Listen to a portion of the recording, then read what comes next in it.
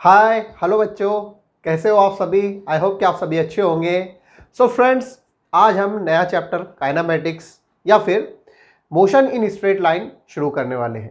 तो ये बहुत इंपॉर्टेंट चैप्टर है। स्टूडेंट अक्सर ये सारे टॉपिक्स को लेकर कंफ्यूज रहते हैं, तो हम वन बाय वन एक एक केस को, एक एक टॉपिक को पकड़ेंगे, उसे अच्छे से स्टडी करेंगे, फिर उसे छोड़ देंगे।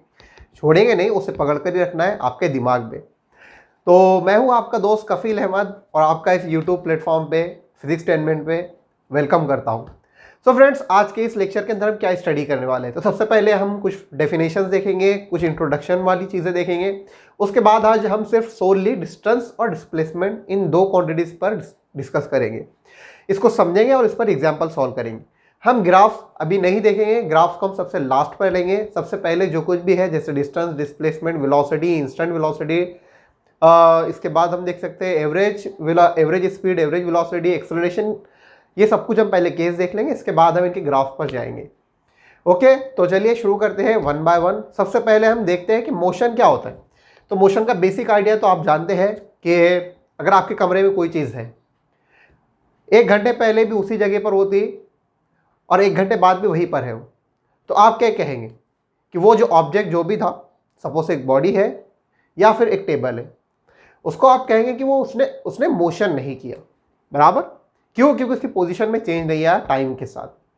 वहीं पर आप अगर देखेंगे कोई चीज़ आपने एक कुछ देर पहले देखी थी और वहाँ पर वो नहीं मौजूद है अभी, तो आप ये कहेंगे कि उसने मोशन किया। किसने उस पर काम किया ये एक अलग बात है, लेकिन अभी हम देख रहे हैं कि उसने मोशन किया, उसने अपनी पोजिशन को चेंज किया। बराबर, तो यही बात एक इंट्यूटिव, एक मोटा मोटे सा आइडिया हमें मोशन को रिलेटेड रहना चाहिए कि हम पोजीशन को चेंज करते टाइम के साथ, तो मोशन होती है। मोशन क्यों होती है, कैसे होती है, ये सारे आगे के टॉपिक्स हैं, अभी हम उस पर ज़्यादा डिस्कस नहीं करेंगे। तो चलिए हम बहुत बेसिक से, बहुत शुरुआत से शुरू करेंगे। तो हम काइनेमेटिक्स क्या होता है इसको समझेंगे। तो काइनेमेटिक्स एक मैकेनिक्स की ब्रांच है। और मैकेनिक्स क्या होता है? मैकेनिक्स जो होता है आपका, mechanics deals with the study of motion. Mechanics deal with the study of motion of an object or particle in space and time. In space and time. तो स्पेस और टाइम में कोई भी ऑब्जेक्ट या बॉडी की जो motion होती है, इस पूरे प्रोसेस को स्टडी करना, इसको हम कहते हैं मैकेनिक्स। तो मैकेनिक्स की ही ब्रांच होती है काइनेमेटिक्स। इसकी और भी ब्रांचेस हो सकती है, जैसे डायनामिक्स है, वो सब हम आगे स्टडी करेंगे। तो हम सबसे पहले काइनेमेटिक्स स्टडी करेंगे। काइनेमेटिक्स क्या होता है, पहले इसके हम वर्ड को समझते हैं। काइन कहते हैं मोशन को, मोशन और मोमेंट को कहते हैं। ओके, और मेटिक्स कहते हैं किसी भी चीज़ का नॉलेज, या फिर हम साइंस कहेंगे उसको। मोशन और मोमेंट का जो साइंस होता है उसे हम कहते हैं काइनेमेटिक्स। तो काइनेमेटिक्स होता क्या है, ये भी यहाँ पर भी हम क्या करते हैं, मोशन को स्टडी करते हैं। वी स्टडी मोशन, और अगर अच्छे से लिखे इसको तो काइनेमेटिक्स डील्स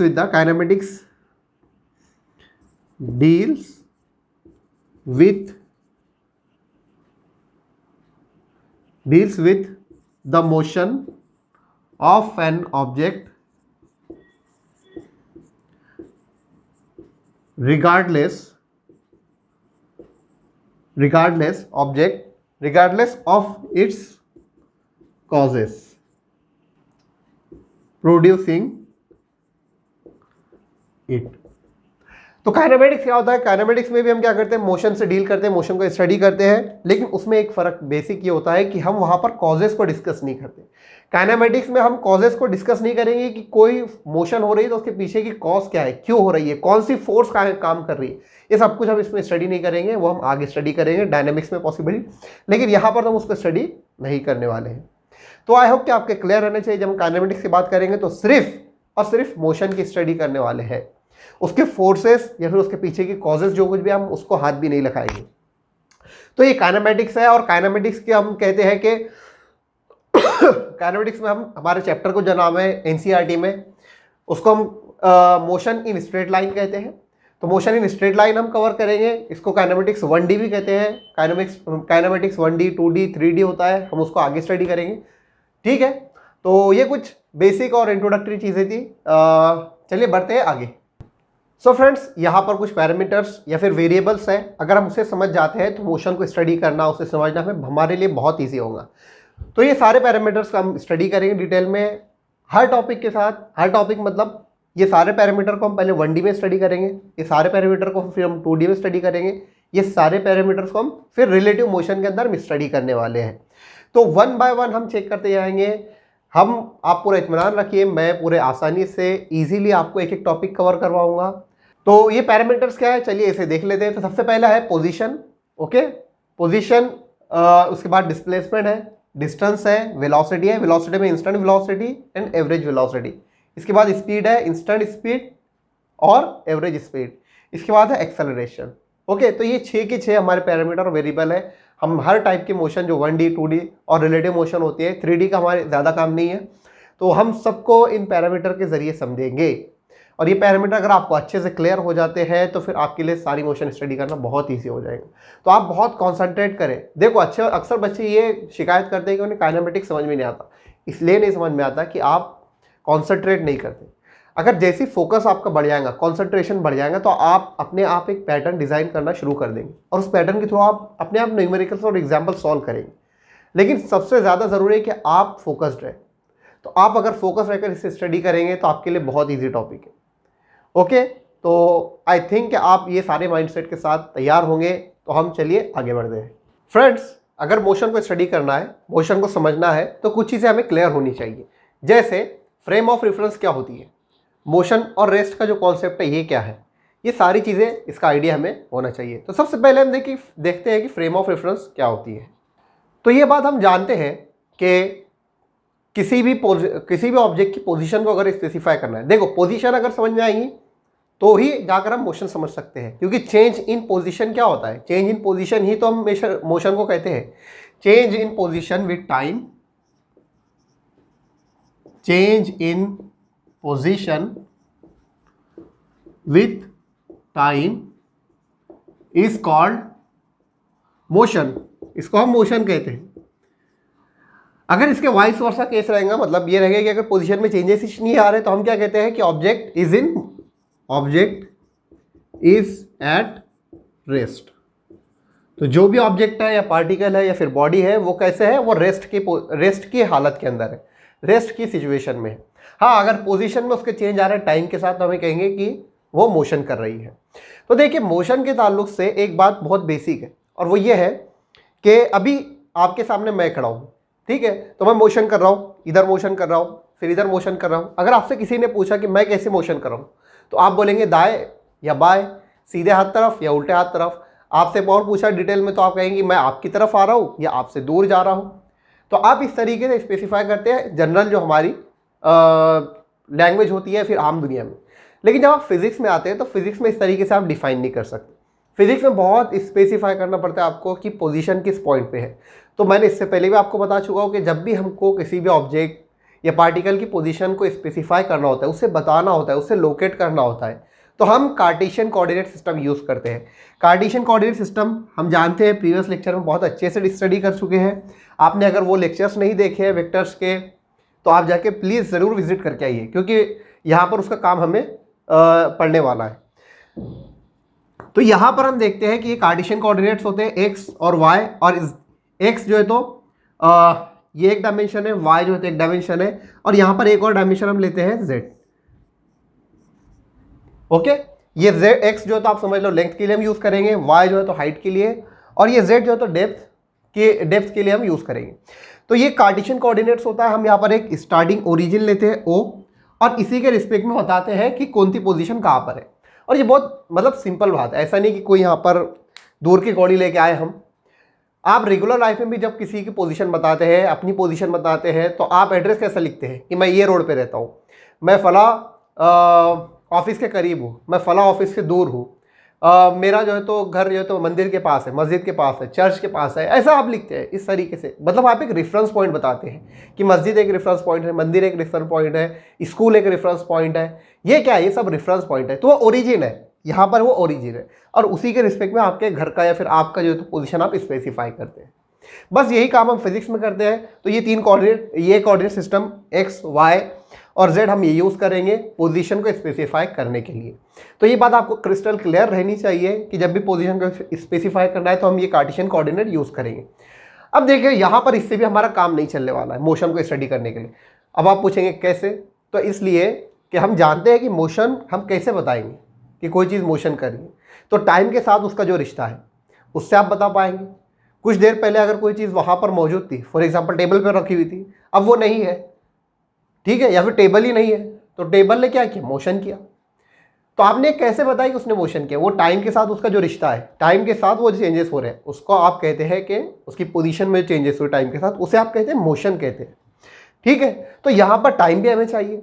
तो यहाँ पर अगर एक टाइम क्लॉक अगर आप यहाँ पर यूज़ कर लेंगे, ये अगर क्लॉक है ये 12, 3, 6 और ये 9, तो इसके साथ अगर ये क्लॉक आ जाए तो ये हो जाता है फ्रेम ऑफ रेफरेंस, ये हो जाता है फ्रेम ऑफ रेफरेंस। अब आप पूछेंगे सर ये क्या होता है, तो देखिए यहाँ पर आप पोजीशन बताएंगे और यहाँ पर आप टाइम मेजर करेंगे। तो टाइम के साथ जो भी चेंजेस आ रहे हैं ऑब्जेक्ट की पोजीशन में, इसको आप कहेंगे मोशन। तो ये दो चीज़ें आपको ज़रूरी है और इसी को हम कहेंगे फ्रेम ऑफ रेफरेंस। और फ्रेम ऑफ रेफरेंस को समझना है तो ये हम कह सकते हैं कि आप आपकी खिड़की में देख सकते हैं, खिड़की में जाकर देखिए, खिड़की में आपको देख रहा हूँ कोई ऑब्जेक्ट आ रहा होगा, सपोज कि आपकी खिड़की ये है, ये आपकी खिड़की है और अब यहाँ से मोशन को ऑब्जर्व कर रहे हैं। तो यहाँ से कोई चीज़ आ रही होगी, एक सड़क है अगर यहाँ पर, तो आप देख रहे होंगे कि सड़क पर कोई आ रहा है, बाइक आ रही है, बराबर, ठीक है, बाइक आ रही है। तो आप यहाँ पर क्या करें, कोऑर्डिनेट्स बना ले और अपने पास एक घड़ी रख ले, वो हो गया आपका फ्रेम ऑफ रेफरेंस।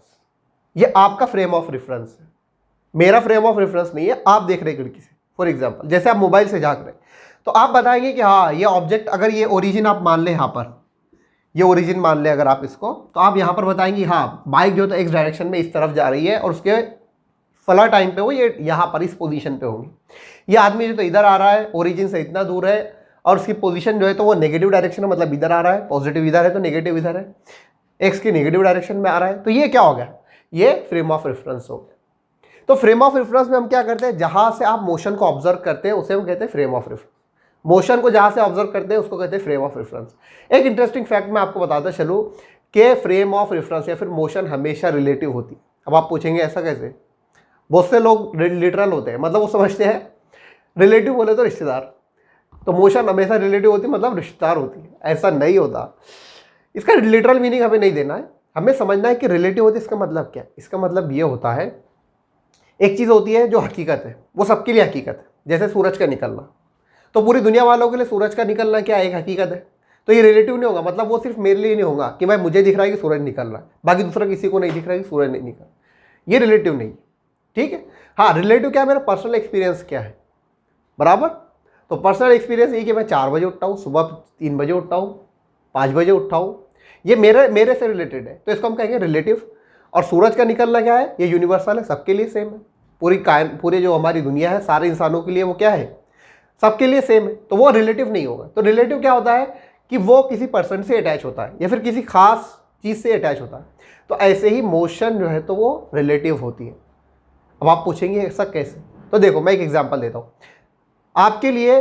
आप जिस रूम में बैठे, आप उस रूम के अंदर ऑब्जर्व कीजिए, जो भी टेबल होगा, टेबल पे अगर कोई बुक रखी है तो आपको मैं पूछूं कि वो अगर वो रेस्ट पे है या मोशन कर रही है, तो आप कहेंगे कि वो मोशन रेस्ट कर रही है। और आपसे अगर पूछूं कि आप बैठे हैं या खड़े हैं, तो आप अगर कहेंगे कि मैं बैठा हुआ, तो इसका मतलब ये क्या होगा, ये होगा कि आप रेस्ट पर हैं।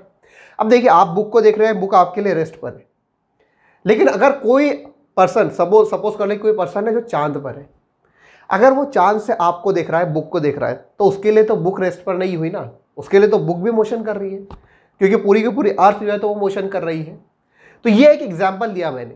ऐसा ही कोई भी ऐसी जगह नहीं है जहां पर बैठकर रेस्ट पर आप पूरी यूनिवर्स की मोशन को ऑब्जर्व कर सकते हैं। यानी वो फ्रेम क्या रहेंगी, स्टेशनरी, बाकी सारी चीज़ें घूमती रहेंगी। तो जो भी फ्रेम रहेंगी स्टूडेंट्स, वो फ्रेम हमेशा रिलेटिव रहेंगी और स्टेशनरी नहीं रहेंगी, जिसको हम कहते हैं absolute frame of reference. Absolute frame of reference. तो एब्सोल्यूट फ्रेम ऑफ रेफरेंस नाम की कोई चीज़ नहीं होती है हमारे यूनिवर्स के अंदर। हो सकता है कि ये फ्रेम ऑफ रेफरेंस भगवान, गॉड हम जिसे कहते हैं, खुदा जिसे कहते हैं, उसके पास हो, वो वहाँ से बैठकर सारी यूनिवर्स की जो भी मोशन है और जो भी हम कर रहे हैं उसको ऑब्जर्व करता हो।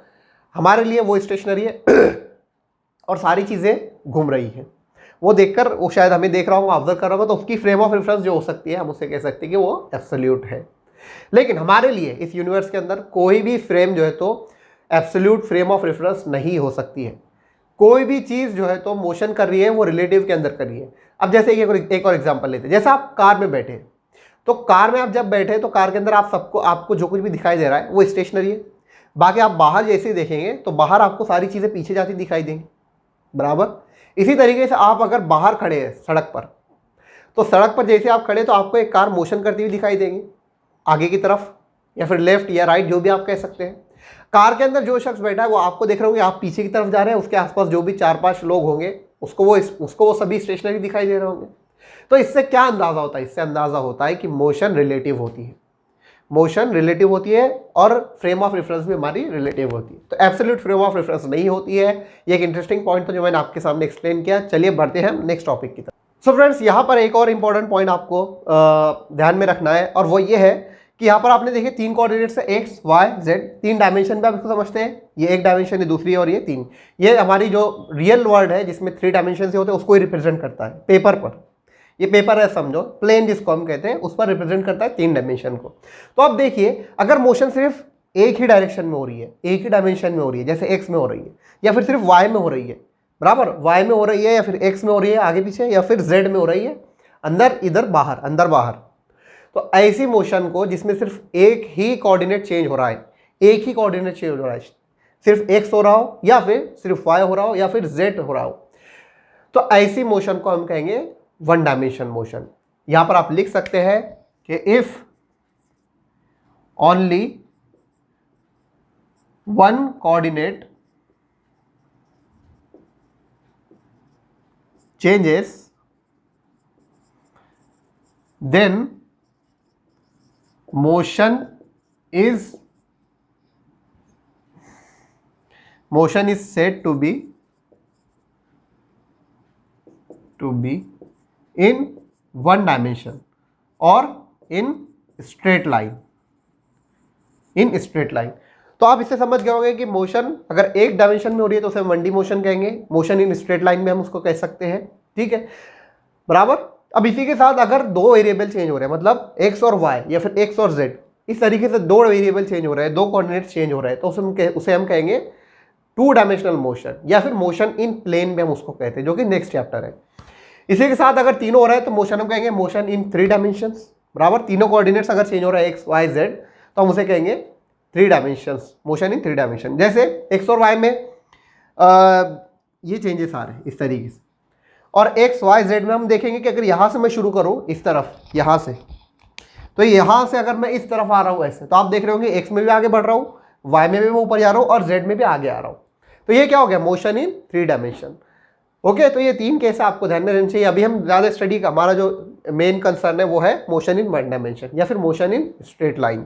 एक और पॉइंट है, आप इसको लिख लीजिए, फिर मैं उसका आगे एक्सप्लेन कर दूँ। अब देखिए, मोशन सिर्फ ऐसा नहीं है कि मोशन एक्स में होंगी तो ही रहने वाली है, ये एक्स डायरेक्शन में होंगी तो ही 1 डायमेंशन रहेंगी, ऐसे रहेंगी तो ही 1 डायमेंशन रहेंगी, या फिर ऐसे रहेंगी तो ही 1 डायमेंशन रहेंगी, ऐसा नहीं है। अगर मोशन, ये देखो, अगर एक कोऑर्डिनेट सिस्टम है, अगर मोशन ऐसी भी हो रही है, सॉरी, मोशन अगर ऐसे भी हो रही है तो उसे हम कहेंगे मोशन इन स्ट्रेट लाइन। अब आप सोच रहे होंगे कि सर यहाँ पर तो एक्स और वाई दोनों कोऑर्डिनेट्स चेंज हो रहे हैं, फिर हम कैसे कह सकते हैं कि ये मोशन स्ट्रेट लाइन में है? तो मैंने इससे पहले भी आपको बता चुका हूँ, इसलिए मैं कह रहा हूँ कि बार बार आप जाइए, वेक्टर को देख के आइए, उससे आपको और चीज़ें क्लियर हो जाएंगी। तो ये जो कोऑर्डिनेट सिस्टम है, अगर हम इसको ऐसा टिल्ट कर दे, चेंज कर दे इसको, यानी यहाँ पर ऐसा बना ले, तो यहाँ पर अगर ये पोजीशन को हम देखें तो ये सिर्फ एक्स में जा रही है कि नहीं जा रही है? सिर्फ एक्स में इसके चेंजेस हो रहे हैं कोऑर्डिनेट्स, बाकी वाई और जेड वैसे की वैसे स्टेशनरी है। तो हम कोऑर्डिनेट्स को हमारे हिसाब से एडजस्ट कर सकते हैं। हाँ, ये 2 डायमेंशन मोशन कब हो सकती थी? जैसे मैंने यहाँ पर बताया, इस तरीके से। अगर आप इसके चेंज भी कर देंगे फ्रेम को, तो यहाँ पर आप देखेंगे एक्स और वाई दोनों में जो है तो दोनों के कोऑर्डिनेट्स चेंज हो रहे हैं। जैसे इसी को मैं अगर थोड़ा टिल्ट कर लूँ, मोशन को ऐसे कर दूँ, और यहाँ पर कोऑर्डिनेट्स को हम ऐसा कर दें, तो यहाँ पर आप देख रहे होंगे कि ये एक्स और वाई दोनों डायमेंशन, इसके दोनों कोऑर्डिनेट्स चेंज हो रहे हैं। यहाँ पर ऐसा नहीं हो रहा था। ये स्ट्रेट लाइन हमने जो बनाया इसके लिए कोऑर्डिनेट थोड़ा सा हमने चेंज किए, और कोई भी कोऑर्डिनेट्स हम चूज कर सकते हैं। हम अकॉर्डिंगली हमारे हिसाब से कोई भी कोऑर्डिनेट्स चूज कर सकते हैं। तो यहाँ पर हमने यही किए। तो ये भी मोशन जो है तो स्ट्रेट लाइन रहने वाली है। ये आपको दिमाग में, आपके ब्रेन में फिट रहना चाहिए, बहुत इंपॉर्टेंट फैक्ट है। ठीक है, तो हम आगे देखते हैं इसको। तो एक और पॉइंट आपको ध्यान में रहना चाहिए यहाँ पर कि फ्रेम ऑफ रेफरेंस जो कुछ भी होता है वो हमको गिवन होता है प्रॉब्लम में। अगर नहीं गिवन है, फ्रेम ऑफ रेफरेंस नहीं गिवन है, तो हम ग्राउंड को कंसिडर करते हैं। फ्रेम ऑफ रेफरेंस अगर गिवन नहीं है तो हम ग्राउंड को कंसिडर करते हैं। ओके, तो आई होप कि आपको ये बहुत सारी बातें, मैंने बहुत से कॉन्सेप्ट क्लियर किया होंगे। तो हम बढ़ते हैं नेक्स्ट टॉपिक की तरफ। सो फ्रेंड्स, चलिए डिस्टेंस और डिस्प्लेसमेंट देखते हैं। ये आज का हमारा टॉपिक होगा, इसको समझेंगे और इस पर एग्जाम्पल सॉल्व करेंगे। जनरली वैसे नीट और जेडबलई के एग्जाम में डिस्टेंस और डिस्प्लेसमेंट पे एग्जाम्पल नहीं आती है, इन ओनली इस टॉपिक पर। इसके जो एग्जाम्पल आएंगे वेलोसिटी, टाइम और डिस्प्लेसमेंट, ये तीनों मिलाकर जो होती है उस पर एग्जाम्पल आती है। लेकिन हम इसको समझेंगे और कुछ एग्जाम्पल इसलिए देखेंगे ताकि हमको क्लैरिटी आए, कॉन्सेप्ट क्लैरिटी आए आगे के लिए, जो हमको बहुत मदद देगी। तो इसलिए इस पर रुक कर इसको समझना, इस पर एग्जाम्पल सॉल्व करना हमारे लिए ज़रूरी है। तो चलिए बढ़ते हैं और इसे समझते हैं। तो डिस्टेंस और डिस्प्लेसमेंट क्या है?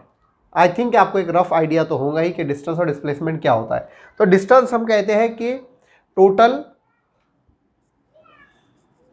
Total path travelled. कोई भी ऑब्जेक्ट है उसने जो पाथ ट्रैवल्ड किया उसको हम कहते हैं डिस्टेंस। वहीं पर डिस्प्लेसमेंट हम किसे कहते हैं? इसको हम कहते हैं shortest distance between two points और चेंज इन पोजीशन।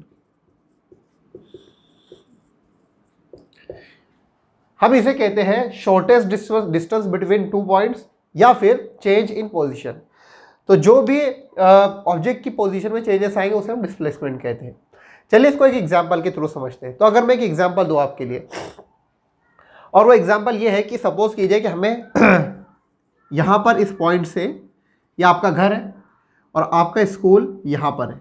सपोज कीजिए ये स्कूल है आपका, यहाँ पर आपका घर है और ये आपका होम है और ये आपका स्कूल है एस। अब यहाँ से जाने के लिए जब आप जाएंगे स्कूल की तरफ, ठीक है, आपकी स्कूल तक आप जब जाएंगे तो यहाँ पर सीधा तो नहीं जा सकते, बीच में कुछ घर होंगे, रास्ता होंगे, इधर उधर टेढ़ा होगा। तो आप जाएंगे, सपोज कीजिए कि ऐसे जाएंगे, ऐसे जाएंगे, ऐसे जाएंगे, फिर यहाँ पर आप पहुँचेंगे। अब देखो ये जो आपने डिस्टेंस ट्रैवल किए, समझ लीजिए कि 2.5 किलोमीटर्स आपने डिस्टेंस ट्रैवल किए अपने घर से स्कूल पहुँचने के लिए। तो यहाँ से जब आप गए तो 2.5 किलोमीटर डिस्टेंस आपने ट्रैवल किए, क्योंकि आपका टोटल पाथ ट्रैवल कितना था? 2.5 किलोमीटर्स। ये आपका डिस्टेंस ट्रैवल हो गया, इसको आप डिस्टेंस बोलेंगे। यहाँ से यहाँ तक जो आप गए इसको आप डिस्टेंस बोलेंगे, जो कि 2.5 किलोमीटर्स था। अब अगर मैं पूछूं कि आपका होम का और स्कूल का सबसे शॉर्टेस्ट पाथ कौन सा है, सबसे शॉर्टेस्ट पाथ कौन सा है, तो आप कहेंगे कि सबसे शॉर्टेस्ट लाइन जो है या फिर सबसे शॉर्टेस्ट डिस्टेंस ये वाला है। एक और डिस्टेंस है जो इधर से जाता है ऐसे, ये 3 किलोमीटर का है। और यहां पर आप देखेंगे ये शॉर्टेस्ट डिस्टेंस जो है ये 2 किलोमीटर का है। तो यहां पर जो सबसे शॉर्टेस्ट डिस्टेंस होता है बिटवीन टू पॉइंट्स, जैसे यहां पर होम है और आपका स्कूल है, तो इनके बीच का जो सबसे शॉर्टेस्ट पॉइंट डिस्टेंस होगा उसको हम कहते हैं डिस्प्लेसमेंट। सबसे शॉर्टेस्ट डिस्टेंस जो भी रहने वाला है दो पॉइंट के बीच का, सबसे शॉर्टेस्ट डिस्टेंस जो भी रहने वाला है दो पॉइंट्स के बीच का, उसे हम कहते हैं डिस्प्लेसमेंट। ओके, और यहां पर आप देख रहे होंगे कि आपने यहां से शुरू किया और यहां पर जा गए, तो यहां से जाने के बाद जो आपने टोटल पार्ट ट्रैवल किए वो है 2.5 किलोमीटर। तो ये आपका डिस्टेंस ट्रैवल हो गया। अगर मैं पूछूंगा आपने कितना चले, आपका डिस्टेंस कितना ट्रैवल किया आपने, तो आप बोलेंगे 2.5 किलोमीटर। और मैं आपसे पूछूंगा एक बार डिस्प्लेसमेंट कितना हुआ, तो डिस्प्लेसमेंट क्या होता है? Shortest distance between two points. तो ये शॉर्टेस्ट डिस्टेंस कितना था? 2 किलोमीटर। अगर ये नहीं समझ में आएगा तो आप क्या समझ सकते हैं? चेंज इन पोजीशन, मतलब आपकी पोजीशन में कितना चेंज आया। तो आपकी पोजीशन शुरू में यही थी, फिर लास्ट में ही हो गई, तो आपकी पोजीशन के अंदर चेंजेस आए 2 किलोमीटर्स का। आपकी पोजीशन में चेंजेस आए 2 किलोमीटर का। तो ये जो रहेगा आपका वो डिस्प्लेसमेंट रहने वाला है, ये पार्ट डिस्प्लेसमेंट रहने वाला है।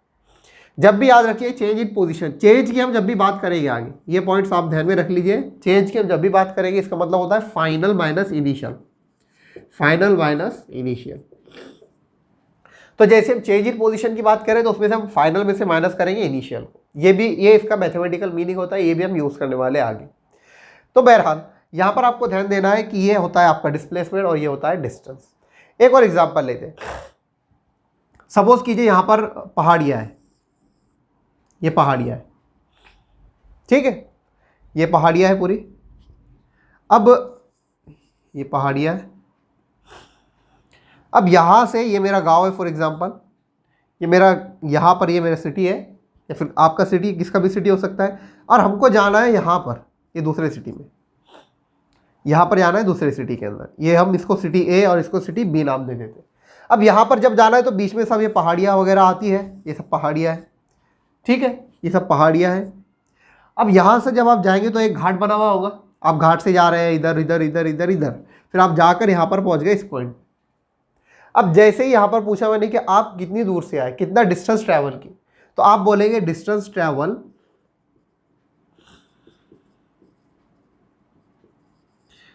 अब आपने यहाँ से यहाँ तक पहुँचने के लिए जितना रास्ता तय किए होंगे, जो पाथ ट्रैवल किए होंगे वो आप बोलेंगे। तो सपोज कीजिए कि आपने यहाँ पर ट्रैवल किए 25 किलोमीटर्स, ये पॉइंट ए से पॉइंट बी तक पहुंचने के लिए, इस शहर से इस शहर तक पहुंचने के लिए। अब यहां पर मैं पूछूंगा कि चलो ठीक है, ये तो ठीक है, लेकिन आप मुझे बताइए आप डिस्प्लेस कितना हुए, अपनी ओरिजिनल पोजीशन से आप डिस्प्लेस कितना हुए। तो यहां से एक स्ट्रेट लाइन आप खींचेंगे यहां तक की। अब आप ये रास्ता नहीं बताएंगे, वो तो डिस्टेंस था। अब आप बताएंगे कि यहां से यहां तक आप जो गए, तो यहां पर ये आपका शॉर्टेस्ट डिस्टेंस कितना था ये बताइए। तो आपका डिस्प्लेसमेंट यहां पर अगर सपोज कर ले हम, तो डिस्प्लेसमेंट है 10 किलोमीटर, डिस्प्लेसमेंट है 10 किलोमीटर। तो आपका डिस्प्लेसमेंट होगा 10 किलोमीटर, यहाँ पर ये डिस्टेंस, ये जो इनके बीच का शॉर्टेस्ट रूट क्या रहेगा 10 किलोमीटर, और आपने जो डिस्टेंस ट्रैवल किए यानी आप जो घाट लेके गए रास्ते से गए तो वो होगा आपका 25 किलोमीटर। तो ये होता है डिस्टेंस और डिस्प्लेसमेंट। सपोज कीजिए कि यहाँ पर डिस्टेंस और डिस्प्लेसमेंट ये दो आदमी है कोई, यहाँ पर मैं पहुंचा तो डिस्टेंस ने मेरे से पूछा कि भाई बताइए आप कितना चल कर आए, तो मैंने उससे कहा कि मैं चल कर आया 25 किलोमीटर। तो डिस्टेंस बेचारा अच्छा आदमी है, वो जानता है कि मैं जाऊंगा तो यहाँ पर बीच में पहाड़ होगा, इसलिए मुझे इधर उधर से जाना पड़ेगा, तो वो समझ गया और खामोश हो गया। अब डिस्प्लेसमेंट ने पूछा कि आप कितना डिस्प्लेस हुए, तो मैं कहा कि मैं डिस्प्लेस तो 10 किलोमीटर हुआ। फिर डिस्प्लेसमेंट ने पूछा कि आप कितना चले, तो मैंने कहा 25 किलोमीटर। तो इसने मुझसे कहा कि तुम तो बेवकूफ़ इंसान है, 10 किलोमीटर डिस्प्लेस होना था उसके लिए 25 किलोमीटर चले, आपको चाहिए था कि सबसे शॉर्टेस्ट रूट रहते सीधा यहाँ से यहाँ तक का, लेकिन इसे ये नहीं मालूम था कि यहाँ पर बीच में सब कुछ है। तो डिस्प्लेसमेंट का ऐसा ही है, इसको पाथ से कुछ भी नहीं लेना देना रहता, डिस्टेंस को पाथ से लेना देना होता है। इसलिए हम पाथ को, डिस्टेंस को कहते हैं पाथ डिपेंडेंट, पाथ डिपेंडेंट, और डिस्प्लेसमेंट जो होता है हमारा वो पाथ से इंडिपेंडेंट होता है, path independent, but depends on position, but depends on position. तो ये डिस्टेंस और डिस्प्लेसमेंट का डिफरेंस है। ये एक स्केलर क्वांटिटी होती है डिस्टेंस, और डिस्प्लेसमेंट हमारी एक वेक्टर क्वांटिटी होती है, ये एक वेक्टर क्वांटिटी होती है। तो आपको ये कॉन्सेप्ट मैंने रुककर इसलिए समझाया क्योंकि आगे चलकर जब हम वेलोसिटी पढ़ेंगे तो वहाँ पर भी हमको डिस्प्लेसमेंट ही का काम पड़ने वाला है। इसका अल्टीमेटली रिलेशन कहीं ना कहीं एक्सेलरेशन से होता है। तो ये सारे पॉइंट्स आपको ध्यान में रहने चाहिए, इसलिए मैं यहाँ पर रुककर आपको ये बहुत अच्छे से समझाया हूँ। तो डिस्टेंस और डिस्प्लेसमेंट में फ़र्क आई होप कि आपको समझ में आ गया होगा। तो बढ़ते हैं कुछ एक्स्ट्रा पॉइंट्स की तरफ। तो दोस्तों यहाँ पर कुछ और फर्दर पॉइंट्स है जो कि डिस्टेंस और डिस्प्लेसमेंट के बारे में आपने जानना चाहिए। ये तो हमने देख लिया कि total path travel is distance, और यहाँ पर डिस्प्लेसमेंट क्या होता है, शॉर्टेज डिस्टेंस बिटवीन 2 पॉइंट्स और चेंज इन पोजीशन। ये एक स्केलर क्वांटिटी है, ओके, और ये एक वेक्टर क्वांटिटी, यहाँ पर डायरेक्शन मैटर करती है। अब आप पूछेंगे डिस्प्लेसमेंट की डायरेक्शन कैसे शो करेंगे, तो देखो अगर 2 पॉइंट्स है यहाँ पर, पॉइंट ए और पॉइंट बी, ए और बी, तो इसकी डायरेक्शन जो रहेगी हमेशा इनिशियल से फाइनल की तरफ, इनिशियल से फाइनल की तरफ इसकी हमेशा डायरेक्शन रहने वाली है, यानी ए टू बी हम इसकी डायरेक्शन शो करने वाले हैं। अब दूसरा पॉइंट देखिए, दूसरा पॉइंट ये हमको दिया है कि for a moving body distance can not have zero और नेगेटिव वैल्यू। तो कोई भी मूविंग बॉडी के लिए डिस्टेंस की वैल्यू नेगेटिव हो ही नहीं सकती, ना ही जीरो हो सकती है। इसको ऐसे समझे, जैसे आप बाइक पर बैठे, आपने स्पीडोमीटर देखा और आपकी गाड़ी ने जितना डिस्टेंस ट्रैवल की है, तो जितना डिस्टेंस ट्रैवल किया वो कभी नेगेटिव हो सकता है? आप किसी भी डायरेक्शन में जाओ तो कभी भी नेगेटिव नहीं हो सकता। तो आपका जो गाड़ी में डिस्टेंस ट्रैवल जो आपकी बताते हैं स्पीडोमीटर के अंदर, तो वो जो दिखाता है कि आपकी गाड़ी ने कितना ट्रैवल की, वो एक्चुअल में वो डिस्टेंस बताता है, और वो कभी भी नेगेटिव नहीं हो सकता, क्योंकि वो बताता है कि आपकी गाड़ी कितना चली है, किधर चली है, कैसे चली, ये नहीं, कितना चली है। तो वो एक स्केलर क्वांटिटी है, इसलिए कभी भी हम समझ सकते हैं कि ये मूविंग बॉडी के लिए डिस्टेंस कभी भी जीरो नेगेटिव नहीं हो सकता, हमेशा पॉजिटिव इसकी वैल्यू आएगी। तो ये पॉइंट ध्यान में रहना चाहिए जब एग्जांपल सॉल्व करते हैं, कई बार कंफ्यूजन हो जाता है स्ट्रेट लाइन के अंदर, ठीक है। अब डिस्प्लेसमेंट में भी नेगेटिव, पॉजिटिव और जीरो, तो डिस्प्लेसमेंट पॉजिटिव, नेगेटिव और जीरो भी हो सकता है। जैसे पॉइंट ए से बी की तरफ चले हम, तो एक पॉजिटिव डिस्प्लेसमेंट है, लेकिन वैसे ही अगर हम वापस आ गए ए की तरफ, तो हमने पूछेंगे हमारा डिस्प्लेसमेंट कितना हुआ, जीरो हो गया। अब अगर हम यहाँ से वापस और इधर चलना शुरू हो गए, तो ये तो नेगेटिव डायरेक्शन हो गई ना विद रिस्पेक्ट टू ओरिजिन। अगर ये हमारा ओरिजिन था, यहाँ से आ गए, फिर वापस इधर आ और फिर इधर चलना शुरू हो गए, तो ये नेगेटिव वैल्यू हो गई। तो यहाँ पर डिस्प्लेसमेंट की वैल्यू पॉजिटिव, नेगेटिव और जीरो भी हो सकती है। ये भी एक इंपॉर्टेंट पॉइंट है। अब एक और पॉइंट है कि infinite distances are possible between two fixed point. तो दो फिक्स पॉइंट के बीच में इन्फिनाइट डिस्टेंसेस पॉसिबल है। ये कैसे? देखो, यहाँ पर पॉइंट ए से पॉइंट बी तक अगर आपको पहुँचना है, पॉइंट ए से पॉइंट बी तक अगर आपको पहुँचना है, तो आप डायरेक्ट भी पहुँच सकते हैं। आप ये रूट भी यूज़ कर सकते हैं, आप ये रूट भी यूज़ कर सकते हैं, आप ये रूट भी यूज़ कर सकते हैं, ये भी यूज़ कर सकते हैं, ये भी यूज़ कर सकते हैं, ये भी यूज़ कर सकते हैं, ये भी यूज़ कर सकते हैं। यहाँ से ऐसा जाकर ऐसा भी आ सकते हैं, यहाँ से ऐसा जाकर ऐसे भी आ सकते हैं। और भी बहुत सारी इन्फिनाइट पॉसिबिलिटीज़ है कि आप पॉइंट ए से पॉइंट बी तक कोई भी रास्ता इख्तियार कर सकते हैं, कोई भी रास्ता चूज़ कर सकते हैं, कोई भी डिस्टेंस से पहुँच सकते हैं।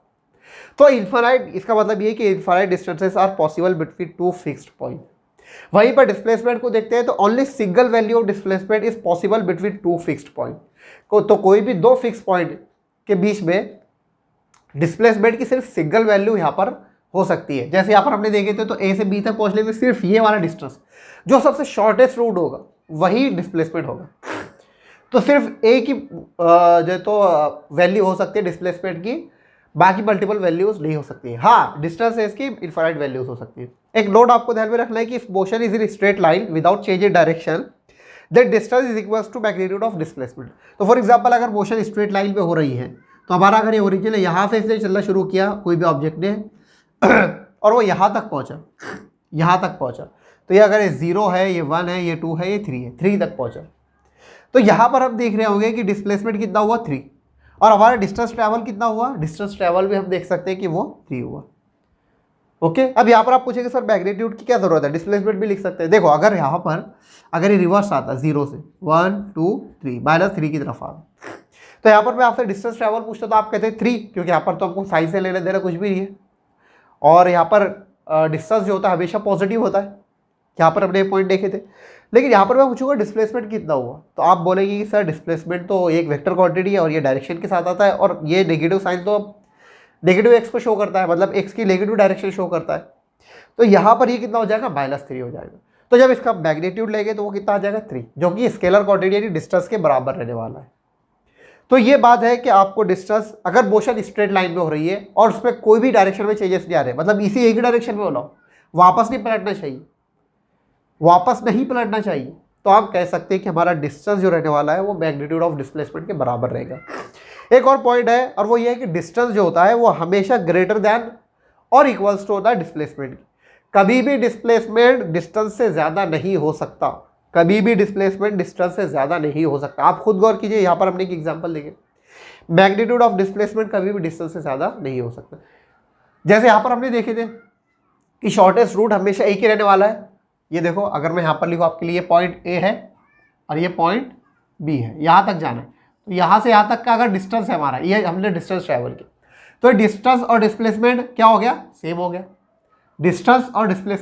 लेकिन हमने दूसरा रास्ता इख्तियार करेंगे, तो यहाँ पर डिस्टेंस क्या हो गया, ज़्यादा हो गया, किससे, डिस्प्लेसमेंट से, क्योंकि डिस्प्लेसमेंट तो यही रहने वाला है ना, लेकिन डिस्टेंस कितना हो गया, ये हो गया। तो ये कुछ इंपॉर्टेंट पॉइंट्स है जो आपको ध्यान में रहने चाहिए, क्योंकि ये सब एग्जाम्पल में हमें काम आने वाले हैं। तो चलिए बढ़ते हैं नेक्स्ट टॉपिक की तरफ। सो फ्रेंड्स यहाँ पर पोजीशन वेक्टर और डिस्प्लेसमेंट वेक्टर, इस पर हम बात करेंगे। हमने प्रीवियस लेक्चर में वेक्टर्स के अंदर हमने डिस्प्लेसमेंट वेक्टर, पोजीशन वेक्टर पर एक स्पेशल वीडियो भी किया है, वो आप जो है तो आप जाकर उसको डिटेल में देख सकते हैं। यहाँ पर एक बार थोड़ा सा हल्का सा रिकैप मैं आपके सामने कर दूं कि पोजीशन वेक्टर और डिस्प्लेसमेंट वेक्टर क्या होता है। तो हम जानते हैं कि पोजीशन वेक्टर अगर किसी भी पॉइंट की पोजीशन को जो वेक्टर स्पेसिफाई करता है उसे हम कहते हैं पोजीशन वेक्टर। जैसे यहाँ पर अगर हमारे लिए कार्टेशियन कोऑर्डिनेट सिस्टम है, वो एक पॉइंट है यहाँ पर, ये तो ये ए पॉइंट है यहाँ पर और ये हमारा ओरिजिन है, तो यहाँ से यहाँ तक जो इसकी पोजीशन स्पेसिफाई करेगा, मैं पोजीशन की बात कर रहा हूँ, जो इसकी पोजीशन स्पेसिफाई करेगा उसे कहते हैं पोजीशन वेक्टर। तो ये हो जाएगा इसका आर ए, आर से हम डिनोट करते हैं, हो जाएगा पोजीशन वेक्टर।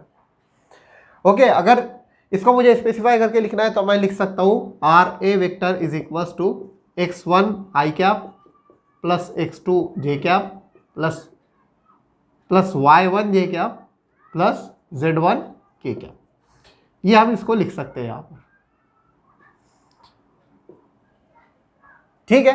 अब सपोज कीजिए कि पॉइंट ए से ये डिस्प्लेस होकर पॉइंट बी पर आया, यहाँ पर आया पॉइंट बी पर, ये डिस्प्लेस होकर पॉइंट बी पर आया। तो पॉइंट बी का मुझे पहले पोजीशन वेक्टर बताना है, तो ये हो जाएगा पोजीशन वेक्टर इसका, और इसको हम लिख सकते हैं पोजीशन वेक्टर ऑफ बी, ये हो जाएगा x2 आई कैप प्लस y2 जे कैप प्लस z2 के कैप। ये इसका पोजीशन वेक्टर हो गया। अब मुझे अगर इसका डिस्प्लेसमेंट बताना है तो ये हो जाएगा डिस्प्लेसमेंट वेक्टर ए बी, इसको आप डेल्टा आर वेक्टर से भी डिनोट कर सकते हैं। और डिस्प्लेसमेंट क्या होता है, चेंज इन पोजीशन, तो पहले पोजीशन ए थी फिर बी थी, तो यहाँ पर अगर मुझे वेक्टर फॉर्म में इसका पोजीशन वेक्टर या फिर डिस्प्लेसमेंट वेक्टर लिखना है, डिस्प्लेसमेंट वेक्टर लिखना है मुझे इसका, तो ये डेल्टा आर हो जाएगा, इसको हमने दिए, ये इसका डिस्प्लेसमेंट रहेगा ना, यहाँ से यहाँ आया, तो इसको हम कैसा लिखेंगे, हम लिखेंगे R A R B minus R A vector. Final position ये थी, इनिशियल पोजीशन ये थी, तो final minus initial, final position minus initial position. तो हमें पोजीशन वेक्टर क्या दिया है, आर बी हमको यहाँ पर दिया है x2 आई कैप प्लस y2 जे कैप प्लस z2 के कैप।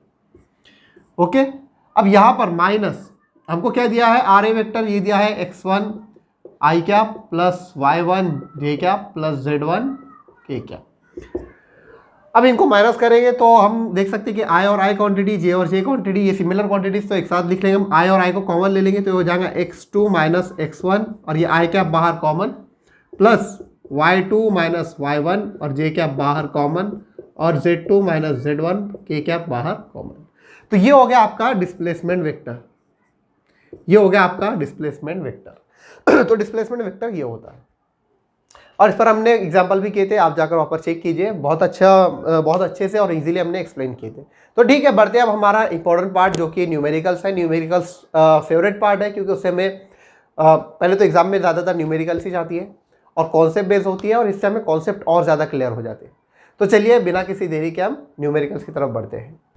तो फ्रेंड्स चलिए पहला क्वेश्चन सॉल्व करते हैं, और हमसे पूछ रहा है कि a particle start from the origin goes along the X axis up to the point 20 meter, और यहाँ पर y हमको दिया है 0, एक्स एक्सिस पर इसका मोमेंट दिया है 20 मीटर और y पर 0 दिया है, and then returns along the same line to the point -20 meter and 0। Find the distance and displacement of the particle during the trip. तो चलिए इससे और हमें डिस्टेंस और डिस्प्लेसमेंट अच्छे से समझ में आ जाएगा। तो हमसे पूछ रहा है कि एक जो पार्टिकल है वो ओरिजिन से स्टार्ट किया और एक्स डायरेक्शन में चलना शुरू किया, तो यहाँ से एक्स डायरेक्शन में उसने चलना शुरू किया। अब यहाँ पर जब वो चला तो 20 मीटर तक आगे गया, ठीक है। इसको हम 0 या फिर O पकड़ लें तो ये हो जाएगा यहाँ से एक्स एक्सिस पे, ये देखो साइन मैटर करते हैं, इससे पहले हम बात कर चुके हैं, ये एक्स एक्सिस डिनोट करता है, वाई एक्सिस डिनोट करता है। तो यहाँ पर ये प्लस है, मतलब इसका मतलब कि ये राइट हैंड साइड पे जाएगा, क्योंकि हम जानते हैं कि हम ये वाली साइड जो होती है पॉजिटिव होती है, एक्स के लिए पॉजिटिव होती है, वाई के लिए ये पॉजिटिव होती है, वाई के लिए ये नेगेटिव होती है और एक्स के लिए ये नेगेटिव होती है।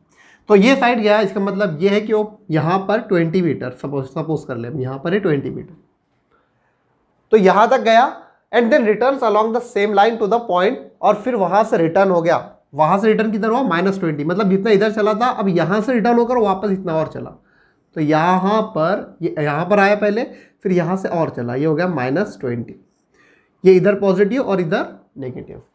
तो अब हमसे पूछ रहा है कि इसका डिस्टेंस और डिस्प्लेसमेंट दोनों बताना है, इसका डिस्टेंस और डिस्प्लेसमेंट दोनों बताना है। तो यहां पर सबसे पहले हम डिस्टेंस फाइंड आउट करेंगे। डिस्टेंस क्या होता है, इसको अगर हम नाम दे दें, ये हो जाएगा O, ये A और ये B। तो यहां पर हम देख रहे हैं पहले वो OA चला, फिर उसके बाद AO चला और फिर OB चला। ये टोटल डिस्टेंस हो गया उसका। तो डिस्टेंस इज इक्वल्स टू, ये हो जाएगा OA प्लस, फिर वापस वो आया, ठीक है, यहां पर पहुंचने के लिए वापस आया ना, तो जाकर हमको उसका डिस्टेंस बताना है और डिस्प्लेसमेंट भी इस पॉइंट के रेफरेंस से बताना है।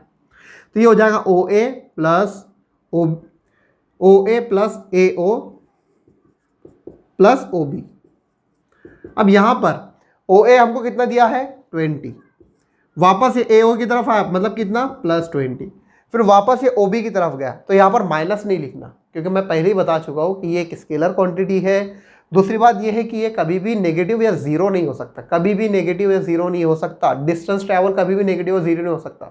आपकी गाड़ी पर जो डिस्टेंस ट्रैवल का मीटर होता है कि आपकी गाड़ी कितना किलोमीटर चली है, 1000 किलोमीटर, 5000 किलोमीटर, 50000 किलोमीटर, वो कभी नेगेटिव बता सकता है क्या? कैसे बताएगा? नहीं बता सकता। तो यहां पर सेम ऐसे ही है, डिस्टेंस ट्रैवल में नेगेटिव साइन नहीं आएंगे। तो ये ऑलरेडी यहां से OA तरफ गया, OA तरफ गया 20 मीटर, फिर वापस आया AB 20 मीटर, फिर यहां से यहां पर आया वो और ये भी है 20 मीटर। तो यहां पर आप लिखेंगे प्लस 20 मीटर।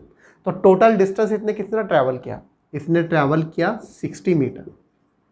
टोटल डिस्टेंस इसने 60 मीटर ट्रैवल किया। आप खुद देखिए, आप जिस शहर में रहते हैं, आप शहर से किसी एक डायरेक्शन में, सपोज कर लीजिए कोई एक शहर है, वहां पर आप गए, फिर वापस अपने शहर तरफ आए और वापस नेगेटिव डायरेक्शन में जाओ x, तो आपने कितना डिस्टेंस ट्रैवल किए? आप इससे कॉमन सेंस लगाकर यहाँ पर अप्लाई कर लो, आपको खुद समझ में आ जाएगा। ठीक है, अब यहाँ पर डिस्प्लेसमेंट हम देखते हैं। तो डिस्प्लेसमेंट क्या है? एक वेक्टर क्वांटिटी है और डिस्प्लेसमेंट क्या होता है? चेंज इन पोजीशन होता है, चेंज इन पोजीशन। और चेंज इन पोजीशन क्या होता है? Final minus initial, final minus initial. तो यहां पर फाइनल हमारी कितनी है? वो है -20 और इनिशियल कितनी थी? शुरुआत में कहां पर था? 0। देखो फाइनल यहां पर है और इनिशियल कितनी थी? यहां पर। तो यहाँ ये क्या लिखेंगे वहां पर? -0। तो ये तो -0 तो उड़ जाने वाला है, तो हमारे पास क्या बचेगा? -20 मीटर। अब ये माइनस यहाँ पर क्या काम का है? तो माइनस एक्चुअल में यहाँ पर ये इसकी डायरेक्शन शो कर रहा है। पॉजिटिव साइड जो रहने वाली है वो ये रहने वाली है और नेगेटिव साइड ये रहने वाली है। यानी इससे हमको समझ में आ जाएगी हाँ अभी उसकी पोजीशन करंट जो है तो -20 पे है, मतलब नेगेटिव x डायरेक्शन के अंदर। तो इससे ये समझ में आता है। ये हो गया आपका डिस्प्लेसमेंट। आप जो तो इसका एक और तरीका, जैसा x के कोऑर्डिनेट्स हम क्या लिखते हैं? x डायरेक्शन में कौन सा यूनिट वेक्टर होता है? i cap. तो यहाँ पर आप लिख सकते हैं i कैप के साथ, और उस मेथड के थ्रू आप मैग्नीट्यूड लेना चाहे वेक्टर का तो भी लिख सकते हैं, वैसे भी सॉल्व हो सकता है, कोई इशू नहीं है, आप कर सकते हैं। और आंसर सेम ही आने वाला है, आंसर आपका सेम ही आने वाला है, कोई बदलने नहीं वाला। ठीक है, तो ये एक एग्जांपल थी। चलिए बढ़ते हैं नेक्स्ट एग्जांपल की तरफ।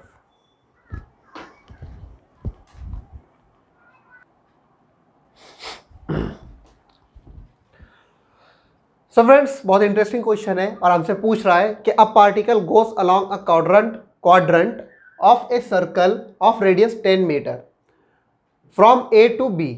यहां पर हमें फिगर में दिया है कि एक जो है तो पार्टिकल वो ए से बी की तरफ जा रहा है, एक क्वाड्रेंट ऑफ ए सर्कल। यहाँ पर आप देख सकते हो कि सर्कल को अगर हम 4 हिस्सों में डिवाइड करें तो ये इसका ये वाला हिस्सा, यानी ये वाला हिस्सा जो है तो इसका क्वाड्रेंट रहने वाला है, ये वाला, ये एक हिस्सा हो जाएगा उसका। ठीक है, एक रोटी को जैसे 4 टुकड़ों में हम करते हैं वैसे ही सर्कल का जो है तो एक पार्ट हमने लिया, इसको क्वाड्रेंट हमने कहा। अब इसका रेडियस हमें कितना दिया हुआ है? ऑलरेडी हमें दिया है 10 मीटर। तो यहाँ पर हमसे पूछा है कि from A to B, A से बी की तरफ गया as shown in figure, find magnitude of displacement and distance along the path A B. तो ए से बी तक जब वो पहुंचा तो यहाँ पर इसका डिस्टेंस भी बताना है और इसका डिस्प्लेसमेंट भी बताना है। तो 2 चीज़ें हमसे पूछा है यहाँ पर कि एक पार्टिकल है वो रेडियस सर्कल के क्वाड्रेंट में, एक सर्कल के क्वाड्रेंट जो होता है जिसका रेडियस 10 मीटर है, वो ए से बी पॉइंट की तरफ पहुंचा। हमको इसका डिस्टेंस भी बताना है और डिस्प्लेसमेंट भी बताना है। तो चलिए सबसे पहले हम डिस्टेंस फाइंड आउट करते हैं। तो डिस्टेंस फाइंड आउट करना है, तो जब वो यहाँ से यहाँ तक पहुँचा, ये पाथ उसने चूज़ किया, ये वाला पाथ, यहाँ से यहाँ तक वो पहुँचा। अब ये क्वाड्रेंट मतलब सर्कल का जो 1/4 हिस्सा होता है, तो इसका मतलब ये पूरा सरकमफ्रेंस होगा। तो ये यहाँ से यहाँ तक अगर आप जाएंगे, वापस यहाँ पर आएंगे तो कितना डिस्टेंस ट्रैवल करेंगे आप? यहाँ से यहाँ तक जाकर कितना डिस्टेंस ट्रैवल करेंगे? तो ये होता है इसका सरकमफ्रेंस। और सर्कमफरेंस बराबर होता है 2 पाई आर के,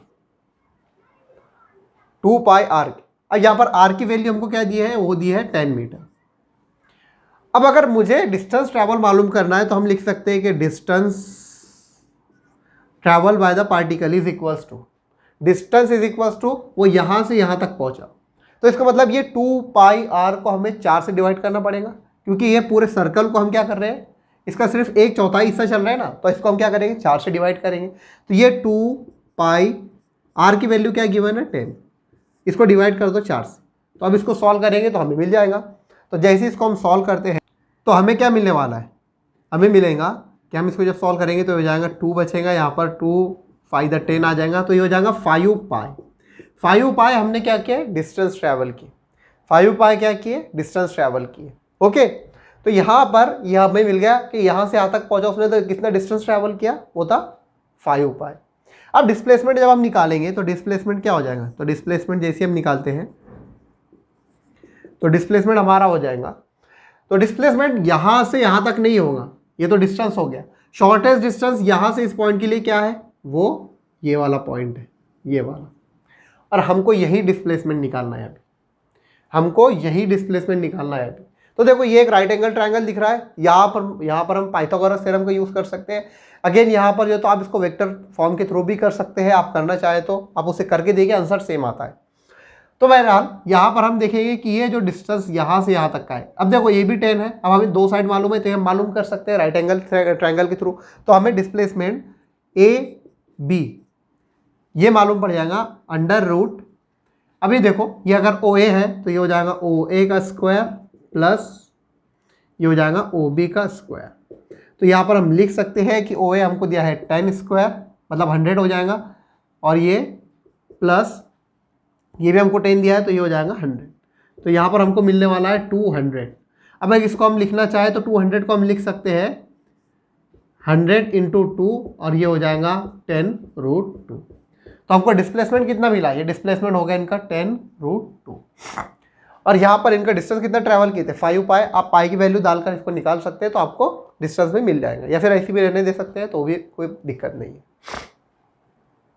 ठीक है दोस्तों, तो आई होप कि एग्जाम्पल भी आपको अच्छी लगी होंगी। तो बढ़ते हैं हम नेक्स्ट एग्जाम्पल की तरफ। सो फ्रेंड्स चलिए एक और अच्छे क्वेश्चन की तरफ बढ़ते हैं। हमसे पूछा जा रहा है कि a man moves 4 meter along east direction, then 3 meter along north direction, after that he climbs up a pole to height 12 meter, find the distance covered by him and his displacement.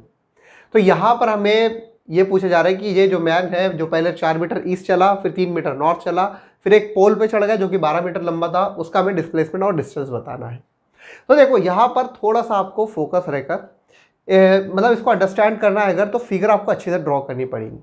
अगर आप उसको simple plain के through समझने जाएंगे तो थोड़ी सी दिक्कत हो सकती है। ये नहीं हो सकता कि मतलब आप गलती करें, लेकिन पॉसिबल है गलती कर जाए। तो जब आप फ्रेम या फिर फिगर ड्रॉ करेंगे तो वो बहुत इंपॉर्टेंट है। तो यहाँ पर अगर हम फिगर आप ड्रॉ करना चाह रहे हैं तो देखो पहले वो गया 4 मीटर ईस्ट, 4 मीटर ईस्ट गया, मतलब इस डायरेक्शन में ये होता है हमारा, यहाँ पर मैं आपके लिए उतार दूँ, ये ईस्ट, ये वेस्ट, ये नॉर्थ और ये साउथ। तो पहले वो गया ईस्ट की तरफ कितना 4 मीटर, इसके बाद हम देखेंगे वो गया 3 मीटर नॉर्थ डायरेक्शन में। तो 3 मीटर मतलब वो यहाँ पर नॉर्थ डायरेक्शन में गया इस तरफ, ठीक है। अब यहाँ पर उसने एक पोल था, तो अब पोल को हम कैसे उतारेंगे, मैं ऐसे तो नहीं उतार सकता, इसलिए मैंने कहा कि आपको यहाँ पर थोड़ा सा ध्यान रखने की ज़रूरत है।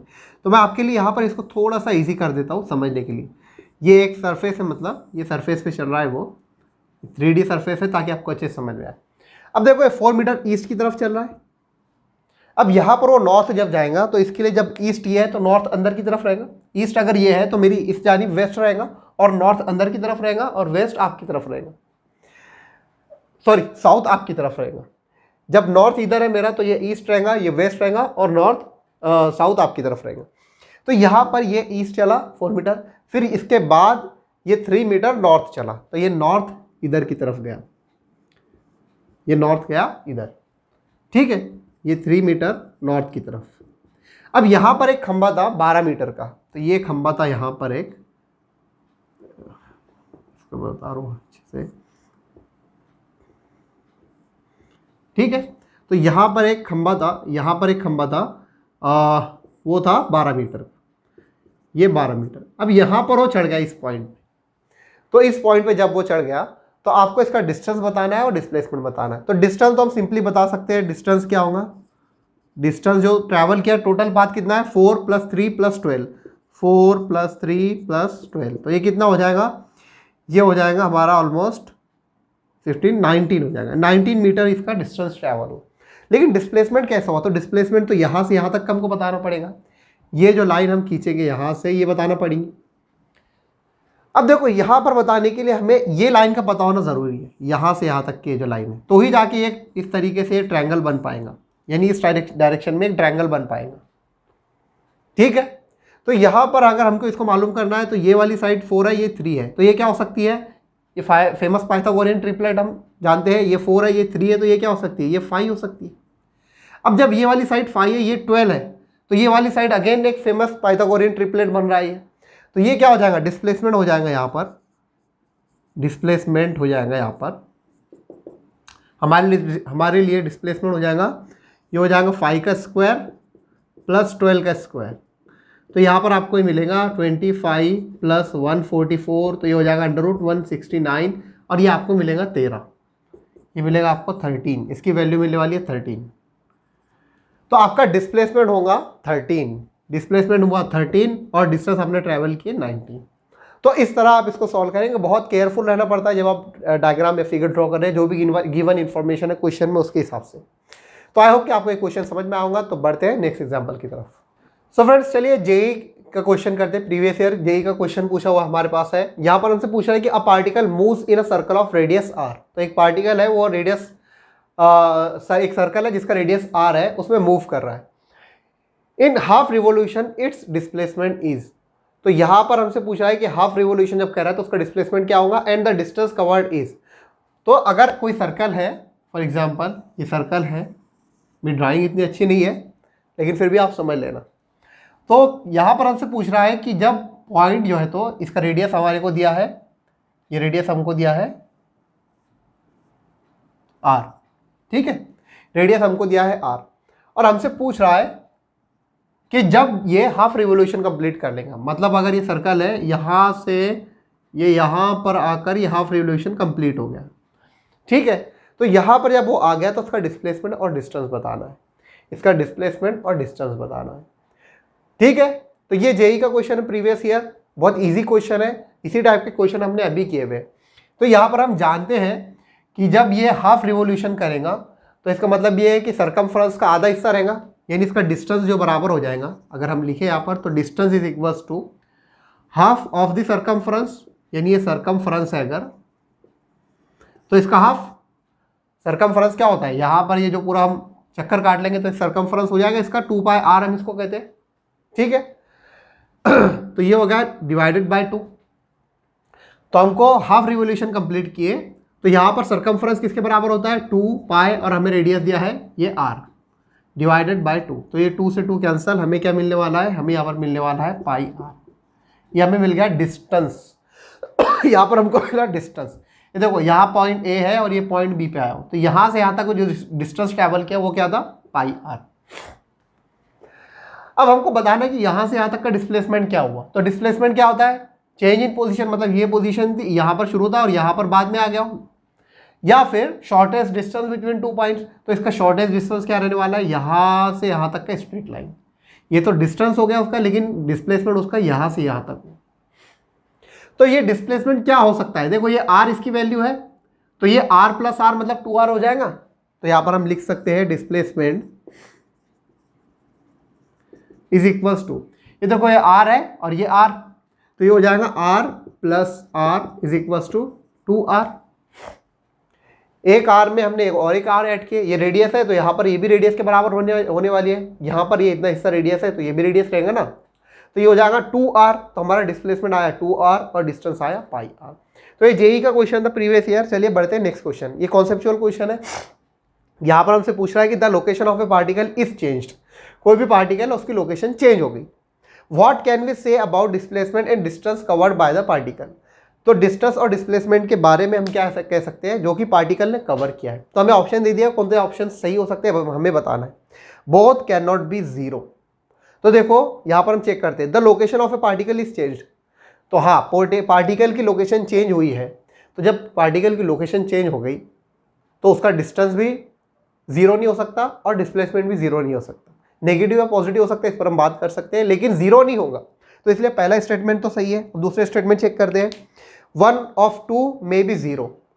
तो ऐसा तो नहीं होगा कि डिस्टेंस और डिस्प्लेसमेंट में से कोई एक जीरो होगा। जब लोकेशन चेंज होगी तो पोजीशन और डिस्प्लेसमेंट, डिस्टेंस और डिस्प्लेसमेंट दोनों की दोनों चेंज होंगे, कोई भी जीरो नहीं हो सकता। तीसरा ऑप्शन है बोथ मस्ट बी जीरो, तो ये तो हो ही नहीं है, पॉसिबल ही नहीं है, ये भी रॉन्ग है, ये भी रॉन्ग है। अब तीसरा पूछ रहे कि if one is positive then other is negative and vice versa. तो अगर डिस्टेंस पॉजिटिव है तो डिस्टेंस तो हमेशा पॉजिटिव रहता ना, इसको हम नेगेटिव नहीं कर सकते। तो ये ऑप्शन भी यहाँ पर गलत हो जा रहा है। यहाँ पर जरूरी नहीं है कि ये नेगेटिव हो, ये पॉजिटिव हो, या फिर ये पॉजिटिव और ये नेगेटिव, ऐसा नहीं हो सकता। ठीक है, ये दोनों भी पॉजिटिव हो सकते हैं, लोकेशन चेंज हुई। तो अभी हम ये डिफाइन नहीं किया कि कैसे लोकेशन चेंज हुई। अगर और स्पेसिफाई करता तो हम कुछ अंदाजा लगा सकते थे। तो ये ऑप्शन भी गलत है, हमारे पास सिर्फ एक ऑप्शन सही है, वो के ए number.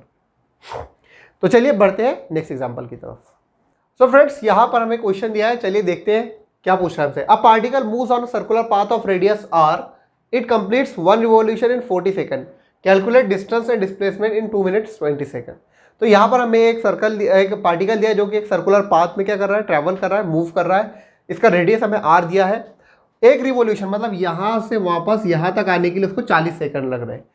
So for one revolution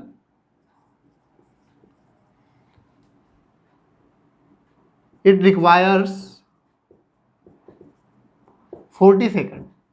तो एक के लिए 40 सेकंड लग रहे। तो हमसे पूछ रहा है कि 2 मिनट्स 20 सेकंड के अंदर कितने रिवॉल्यूशन या कितने बार ये रिवॉल्व होगा, कितने बार ये रिवॉल्व होगा, ये हमको बताना है। तो देखो इसका अप्रोच सिंपल है। आपको क्या करना है, 40 सेकंड में अगर ये एक बार कर रहा है तो 40 को डिवाइड कर दो इससे, इसको डिवाइड कर दो, इसको डिवाइड कर दो 40 से। तो अगर इसको डिवाइड करना है तो सबसे पहले हमें इसको क्या करना पड़ेगा, कन्वर्ट करना पड़ेगा। तो 2 मिनट 20 सेकंड, इसको अगर मुझे कन्वर्ट करना है सेकंड में, तो 2 मिनट जो होता है 120 मिनट्स होता है, 120 सेकंड होता है। और 20 सेकंड यहाँ पर लिखे हैं तो ये हो जाएगा 140 सेकंड। तो 140 को हम डिवाइड करेंगे, 140 डिवाइडेड बाय 40, तो यहाँ पर हमें क्या मिलने वाला है, हमें ऑलमोस्ट मिलेगा 3.5 हमें आंसर मिलने वाला है। तो इसका मतलब ये है कि ये 3.5 इतना रिवॉल्व करेगा। 40 सेकंड में एक बार कर रहा था, तो 140 सेकंड के अंदर 3.5 बार ये रिवॉल्व होगा। तो अब देखो, अब हमसे पूछ रहा है कि यहाँ पर हमको डिस्टेंस और डिस्प्लेसमेंट बताना है। तो ये हमने देख लिया कि कितने बार रिवॉल्व होगा। तो हम यहाँ पर हमको रेडियस भी दिया है, तो इसका डिस्टेंस भी निकाल सकते हैं और इसका डिस्प्लेसमेंट भी निकाल सकते हैं। तो यहाँ पर हम देखेंगे कि हमको दिया है कि 1 रिवॉल्यूशन जो होगा, मतलब यहाँ से घूम के यहाँ पर आएगा, तो ये सर्कमफ्रेंस के बराबर रहेगा। तो डिस्टेंस को हम लिख सकते हैं, कि ये जो टोटल डिस्टेंस ट्रैवल करेगा, तो ये कितना होगा 3.5, ये 3.5 बार रिवॉल्व होगा। और यहाँ पर ये सर्कमफ्रेंस से हम इसको मल्टीप्लाई करेंगे, तो यहाँ पर सर्कमफ्रेंस मल्टीप्लाई बाय 3.5। तो सर्कमफ्रेंस क्या होता है, ये होता है 2 पाई r इंटू 3.5। अब जैसे 2 को 3.5 से मल्टीप्लाई करेंगे तो हमको मिलता है 7 पाई r हमको वैल्यू मिलने वाली। ये इसका अप्रोच है। अगर आप उसको ऐड करते जाएंगे, यहाँ पर अगर 2 मिनट से ज़्यादा दे दिया, 10 मिनट दे दिया, तो क्या आप उतना उसको करते जाएंगे, रिवॉल्व करते जाएंगे, आप जो तो सोचते रहेंगे, आप उसको ऐड करते जाएंगे, उसमें टाइम जाएगा। आपको ये अप्रोच से उसको करना पड़ेगा। आप चाहे तो उसे ऐड भी कर सकते हैं, मतलब 3.5 बोले तो 3.5 को आप क्या करेंगे, 2 पाई r को आप क्या करेंगे, ऐड करेंगे, 3 बार ऐड करेंगे। जैसे यहाँ पर 2 पाई r प्लस 2 पाई r प्लस 2 पाई r और 3.5 है, तो 0.5 मतलब बोले तो आधा, तो इसको आप लिखेंगे पाई r, तो ये पूरा क्या आने वाला है 7 पाई r, यही वैल्यू मिलेगी। लेकिन प्रॉब्लम ये है कि अगर ये 3.5 से ज़्यादा रहता, 10 पॉइंट रहता, समथिंग 20 रहता है यहाँ पर, तो आप क्या करते फिर उसको, आप उसको इस तरीके से नहीं सॉल्व कर सकते थे, बहुत टाइम लगता। तो आपको ये अप्रोच से करना पड़ेगा। तो डिस्टेंस ट्रैवल कितना हो गया, इतना। अब देखो 3.5 मतलब ये 3 रिवॉल्यूशन इसने ले लिया और वापस 3.5 बोले तो यहाँ पर आया, ठीक है। तो डिस्प्लेसमेंट क्या होगा, तो डिस्प्लेसमेंट आप खुद जानते हैं कि डिस्प्लेसमेंट ये इनिशियल पोजीशन है और ये फाइनल पोजीशन है। तो ये क्या रहने वाला है, ये इनका डिस्प्लेसमेंट रहेगा यहाँ से यहाँ तक का, तो ये होगा 2r, ठीक है। तो इस तरह से आप इसको सॉल्व करेंगे। आई होप कि आपको ये कॉन्सेप्ट समझ में आया होगा। तो बढ़ते हैं नेक्स्ट एग्जांपल की तरफ। तो दोस्तों एक अच्छा क्वेश्चन है, आप वीडियो पॉज कीजिए और खुद से सॉल्व करने की कोशिश कीजिए।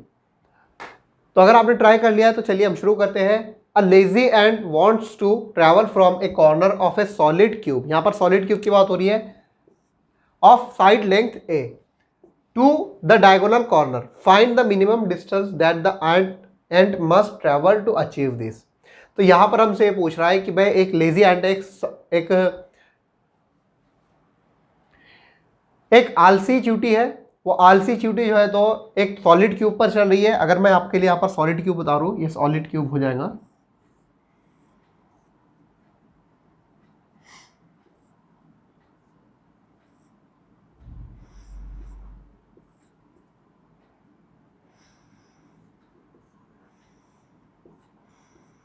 ये सॉलिड क्यूब है।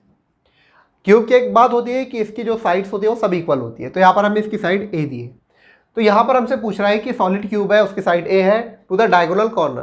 तो यहाँ पर वो lazy ants wants to travel from a corner, तो कोई एक कॉर्नर से सपोज करो यहाँ से वो चलना चाहती है और किसी एक डायगोनल कॉर्नर बोले तो यहाँ तक पहुँचना चाहती है।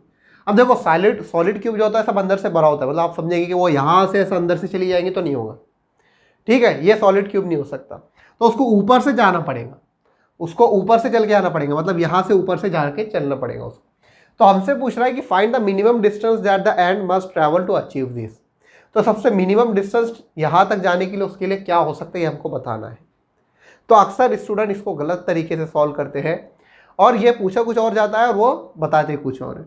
तो कोई बात नहीं, इसमें कोई दिक्कत नहीं है कि आप इसको जो है तो गलत सॉल्व करें, लेकिन पहले सॉल्व तो करें तो ही जाके आपको समझ में आएगा हमको करना क्या है। तो हमें बताना है कि इसके लिए मिनिमम डिस्टेंस, ये आलसी है तो आलसी चींटी के लिए हमें बताना है कि मिनिमम डिस्टेंस क्या हो सकता है जिसपे ट्रैवल करें, और हमारे सामने ऑप्शन यहाँ पर रख दिए। तो चलिए आप भी इसको सॉल्व कीजिए और हम इसको सॉल्व करते हैं, ठीक है। तो यहाँ पर हम जानते हैं कि इसको सॉल्व करने के लिए थोड़ा सा डिफरेंट अप्रोच अपनाना पड़ेगा, क्योंकि यहाँ पर अगर हम देखते हैं इसको तो यहाँ तक उसको पहुँचना है, यहाँ से यहाँ तक पहुँचना है।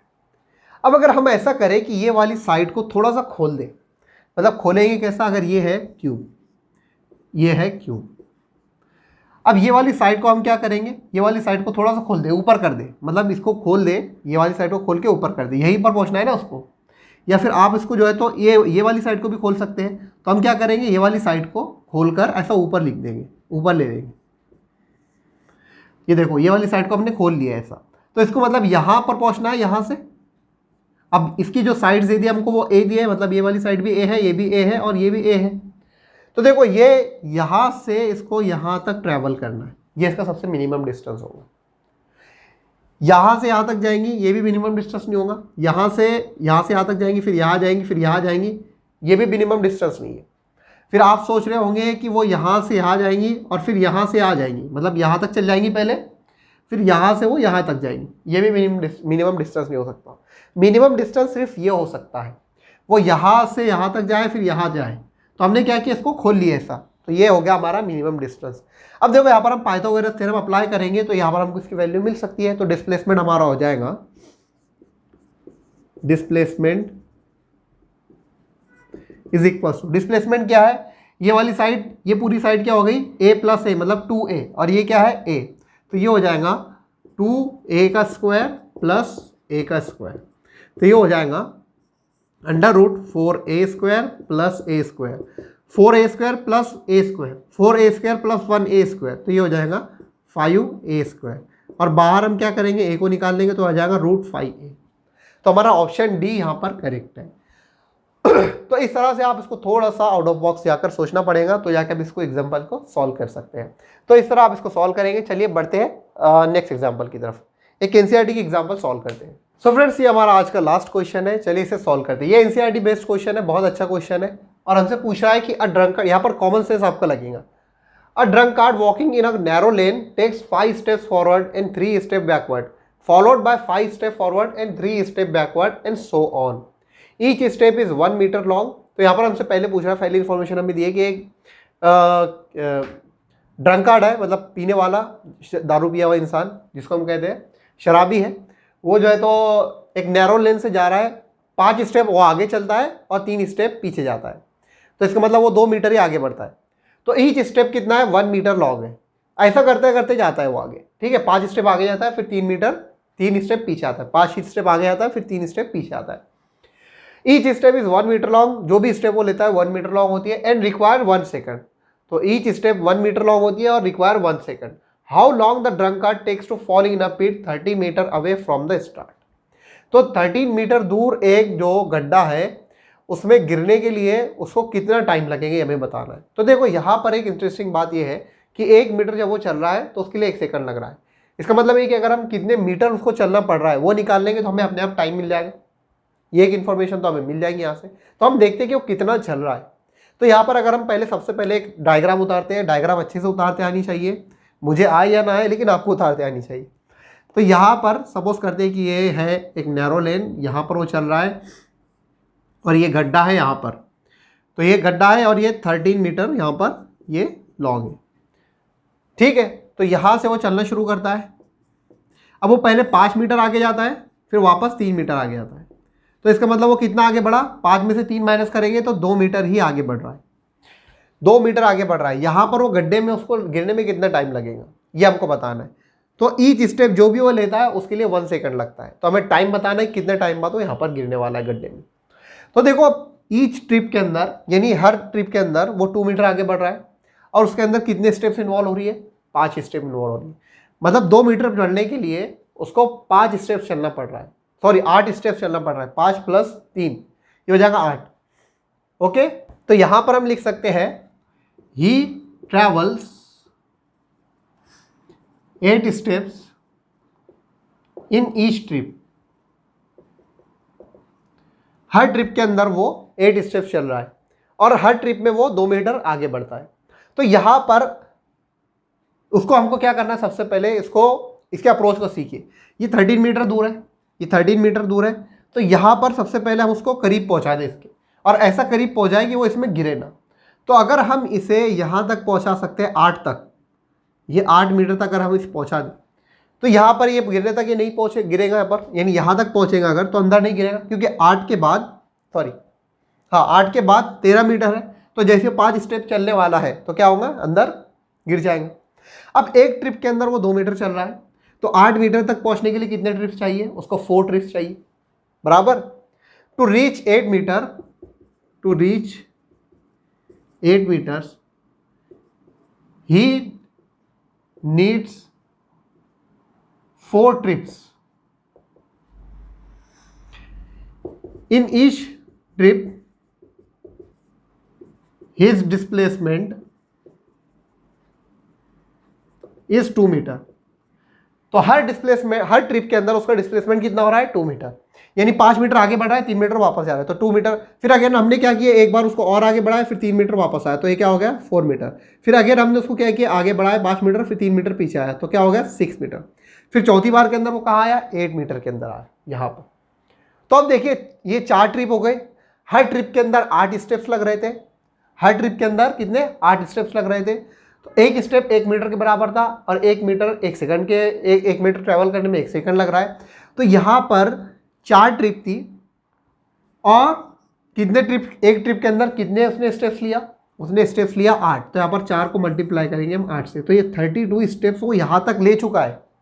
मतलब यहाँ तक जब वो आया तो 32 स्टेप्स उसकी हो चुकी थी। तो यहाँ पर आपको क्या करना है फिर 32। अब देखो जैसे वो 5 चलने वाला तो क्या होगा, ये गड्ढे के अंदर गिर जाएगा। अब यहाँ तक वो जब वो आया तो 32 स्टेप्स चल चुका था, तो 32 में हम क्या करेंगे, 5 ऐड करेंगे तो ये हो जाएगा 37। तो 37 उसको सेकंड लगने वाले हैं इस गड्ढे के अंदर गिरने के लिए। ये इसका अप्रोच रहने वाला। तो दोस्तों दैट्स इट, आज के लेक्चर के लिए इतना ही। आई होप कि आपको ये लेक्चर अच्छा लगा होगा। तो ये डिस्टेंस और डिस्प्लेसमेंट था, इस पर ज़्यादा क्वेश्चन तो नहीं आते, लेकिन एक आइडिया आपको आ गया होगा कि क्वेश्चन किस टाइप के आ सकते हैं, आते हैं। और नेक्स्ट लेक्चर में हम एवरेज वेलोसिटी और एवरेज स्पीड पर डिस्कस करने वाले हैं, उस पर खूब सारे क्वेश्चन सॉल्व करेंगे, उसके कॉन्सेप्ट को समझेंगे। तो आज के लेक्चर के लिए इतना ही। आप सभी अपना ख्याल रखें और गुड बाय।